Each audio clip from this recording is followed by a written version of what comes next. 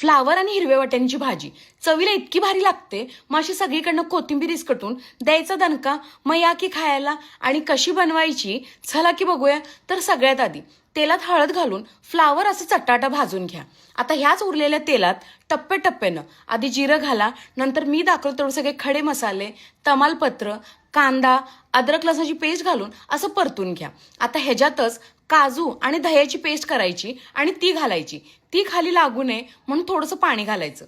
एव्हरेजचा तिखा लाल, धना जिरा पावडर, मगाशी जे आपण फ्राय केलेले फ्लावर होते की नाही ते घाला, हिरवे वाटाणे, फ्रेश क्रीम, गरम मसाला आणि कसुरी मेथी घालून सगळं बघा असं चांगलं मिक्स करायचं. आता शेवटी की नाही चवीनुसार मीठ आणि लागेल तेवढं पाणी घालायचं आणि स्लो फ्लेमवरती भाजी चांगली शिजू द्यायची. रेस्टॉरंटपेक्षाही भारी लागते बघा.